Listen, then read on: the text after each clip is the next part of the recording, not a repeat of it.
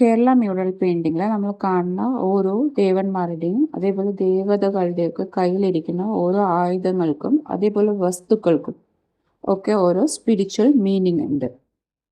അപ്പോൾ നമുക്ക് ആദ്യം ഗണേശഹസ്തം നോക്കാം. അതിൽ ഓരോരോ ആയുധങ്ങളും അതെന്തിനെ പ്രതിനിധീകരിക്കുന്നതും നമുക്ക് നോക്കാം. ഇവിടെ പിടിച്ചിരിക്കുന്ന ആയുധം അങ്കുശവും അതേപോലെ ഹസ്തമുദ്ര വന്നിട്ട് കർത്തരിയുമാണ്. ആയുധങ്ങളൊക്കെ പിടിക്കുന്ന സമയത്ത് നമ്മൾ വരയ്ക്കുന്ന മുദ്രയാണ് ഈ കർത്തരി. അങ്കുശം അഥവാ തോട്ടി ആനയെ നിയന്ത്രിക്കുന്ന ഒരു ഉപകരണമാണ്.